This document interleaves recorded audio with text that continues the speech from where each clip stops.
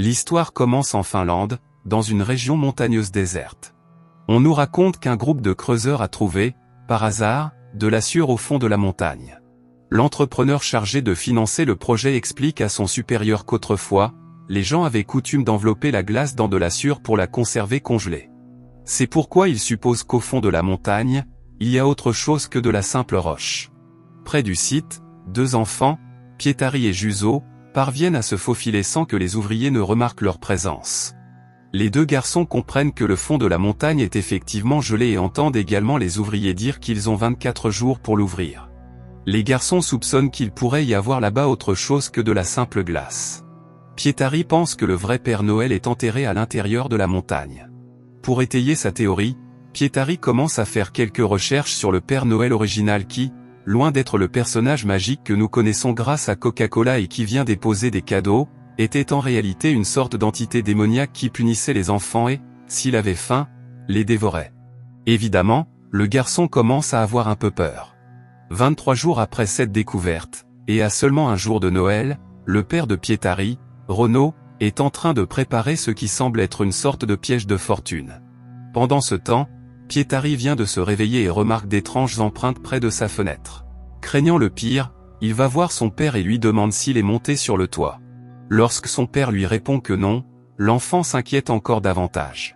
Peu après, la famille se rend à un endroit pour célébrer ce qu'ils appellent le jour des reines, une journée au cours de laquelle les reines descendent de la montagne et sont chassées pour être vendues, ce qui permet aux habitants de gagner de l'argent.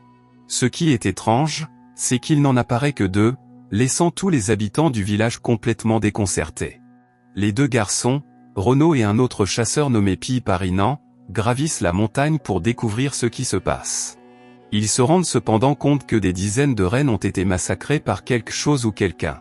Pietari examine attentivement l'un des cadavres et remarque une empreinte humaine cachée dans la neige. Sa théorie sur le Père Noël maléfique prend ainsi de plus en plus de sens. Furieux, Renaud décide de rompre le contrat avec l'entreprise qui travaillait sur la montagne et d'aller leur parler directement du désastre qu'ils ont provoqué. Mais lorsqu'ils arrivent enfin aux locaux de l'entreprise, il semble que l'endroit tout entier ait été abandonné. Quoi qu'ils aient cherché, ils l'ont trouvé, et à en juger par la taille, il s'agit de quelque chose d'énorme. De retour à la maison, Pietari montre à Juzo quelques images qu'il a trouvées dans des livres et lui raconte avoir vu ces choses étranges sur la montagne. Il est désormais convaincu que le vrai Père Noël s'est réveillé. Son ami lui conseille toutefois de ne rien dire à personne, car les adultes pourraient penser que c'est de sa faute si les reines sont morts. Peu après, son père se réveille et prépare du pain au gingembre. C'est là que nous découvrons que la mère de Pietari est décédée récemment.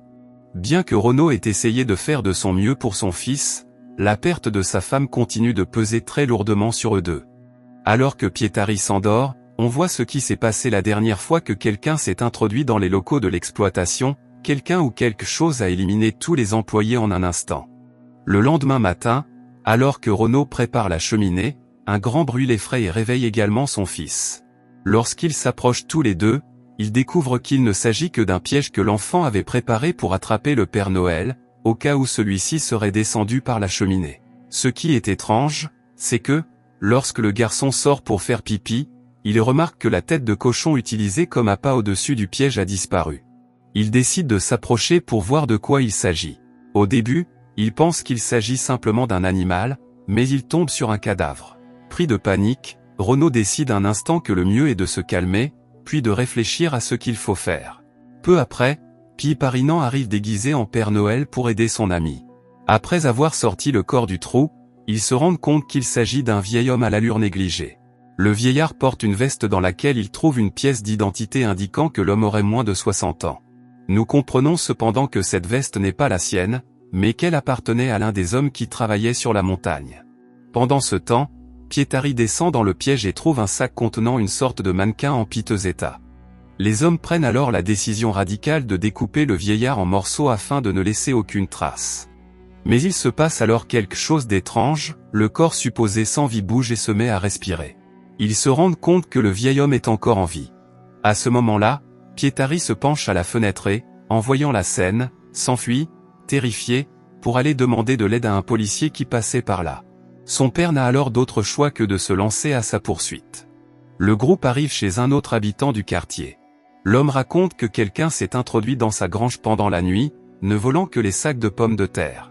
De plus, plusieurs habitants signalent que les poêles ont été volés dans toutes les maisons.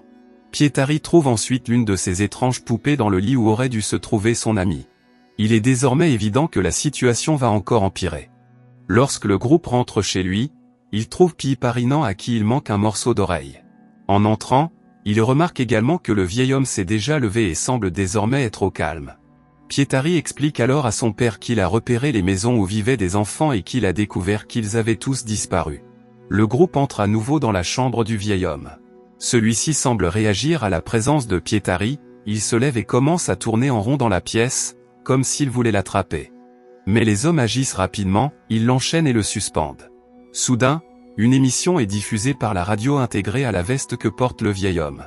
Quelqu'un tente de communiquer avec le propriétaire d'origine de la veste. Une voix demande qu'on lui rende le vieil homme.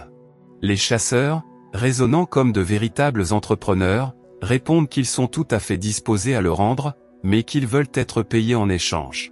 Ils habillent donc le vieil homme du costume classique du Père Noël et, après un long voyage, ils rencontrent le propriétaire de la société de fouilles.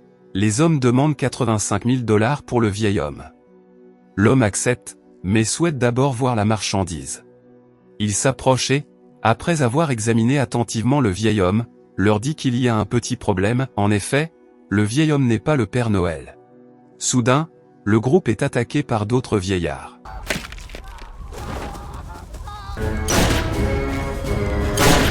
Ils se rendent compte que ces créatures sont les lutins du vrai Père Noël. Pendant ce temps, le vrai Père Noël est emprisonné dans un gigantesque bloc de glace et les lutins tentent de le dégeler à l'aide des poêles qu'ils ont volés dans les maisons. De plus, ils ont également enlevé les enfants. À ce moment-là, Pietari a une idée, mettre tous les enfants dans le filet de chargement de l'hélicoptère pour les emmener. Pendant ce temps, Renaud et Piiparinan placent donc des charges de dynamite dans le bloc de glace où le Père Noël est encore endormi.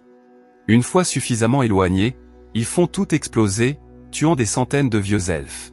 À la fin, on voit que le groupe a eu ce qui est probablement la meilleure idée entrepreneuriale de sa vie, faire passer chacun des elfes pour le Père Noël, les former à se comporter comme lui, puis les exporter dans tous les pays du monde, afin que tout le monde puisse passer un joyeux Noël.